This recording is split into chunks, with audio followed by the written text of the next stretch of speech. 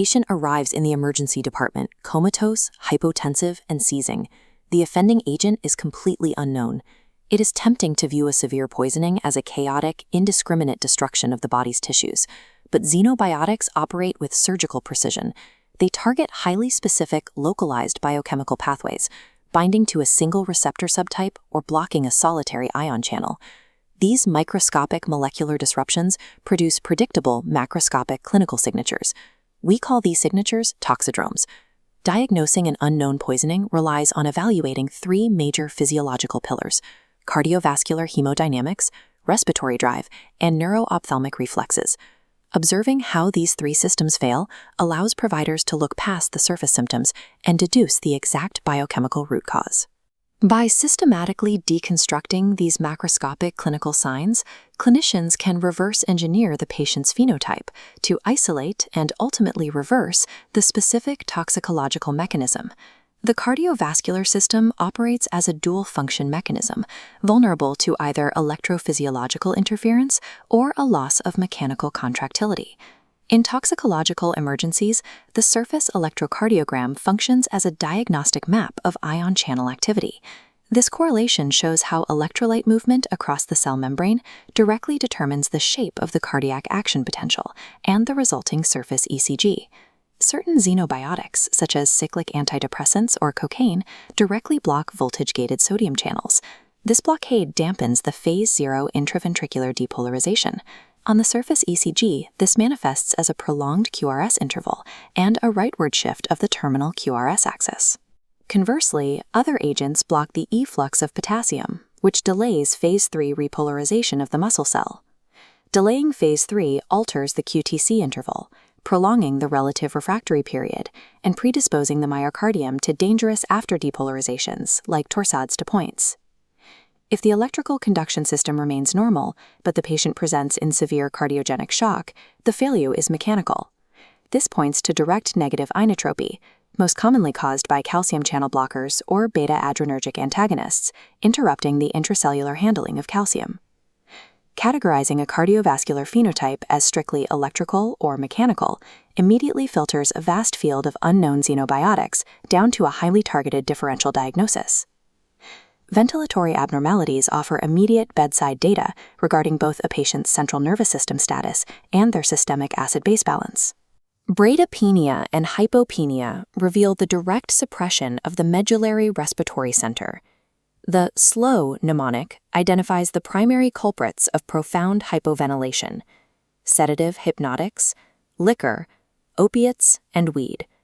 These drugs act on GABAergic and opioidergic receptors to dampen the brain's baseline sensitivity to carbon dioxide, effectively shutting down the involuntary drive to breathe. If a patient presents with tachypnea and hyperpnea, clinicians face a different physiological dilemma. Is the hyperventilation caused by primary central stimulation, or is it a secondary metabolic compensation? The PANTS mnemonic outlines the diverse mechanisms for hyperventilation, from direct CNS stimulation to compensatory responses for metabolic acidosis. Aspirin, or salicylates, trigger a unique biphasic mechanism. Initially, they directly stimulate the respiratory center in the brain, causing a primary respiratory alkalosis. This is followed by a secondary effect, a profound uncoupling of oxidative phosphorylation. This generates metabolic acidosis, forcing a compensatory hyperpnea as the lungs attempt to blow off CO2. The most severe respiratory paradigm is cellular asphyxia. In this state, pulmonary ventilation is normal, but tissue hypoxia is fatal. Mitochondrial poisons like cyanide and aluminum phosphide target intracellular energy production.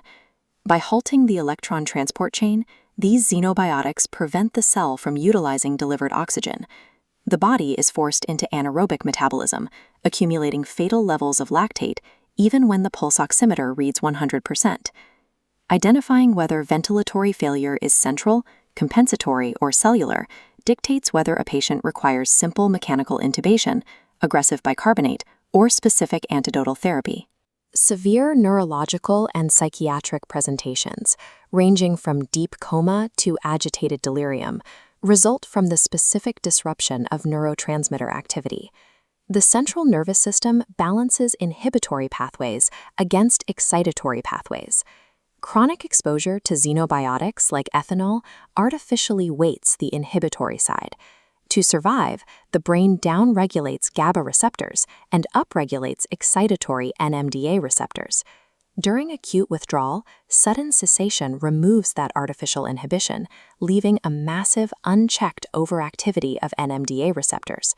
This unchecked excitatory activation produces a phenotype of psychomotor agitation, autonomic excitability, and seizures. The physical examination then turns to the eye, which provides an exposed window into the state of the autonomic nervous system. Pinpoint pupils, or miosis, reveal specific changes in systemic tone. They point to an excess of parasympathetic cholinergic activity or a withdrawal of sympathetic tone. Organophosphate toxicity is a prime example of this mechanism, where irreversible acetylcholinesterase inhibition floods the synapses with acetylcholine, leading to profound miosis. Conversely, dilated pupils, or mydriosis, act as a macroscopic marker for anticholinergic toxicity, blocking the M3 muscarinic receptor, or severe sympathetic excess. By pairing the patient's pupillary reflex with their level of central nervous system excitation, the clinician maps the exact chemical state of the synaptic cleft. While severe toxicological emergencies appear chaotic, they are driven by predictable biochemical rules. In the emergency department, clinical scoring models quantify the severity of these organ failures. This receiver operating characteristic curve for the RASS sedation score shows its high sensitivity and specificity in predicting the need for invasive mechanical ventilation. But there is a strict limit to these data tools. A scoring system tells you when a patient needs a ventilator, but it cannot tell you why they stopped breathing. Reverse engineering the pathophysiology is the only method to identify and administer the correct life-saving antidote. Treating a widened QRS interval is not about managing a generic arrhythmia. It requires pushing targeted sodium bicarbonate to overcome a specific channelopathy. Returning a poisoned patient to homeostasis demands acting precisely at the receptor level where the xenobiotic is attacking. Medical toxicology relies entirely on the application of physiological first principles. By meticulously decoding the failing organ, the clinician unmasks the hidden mechanism, identifies the poison, and saves the life.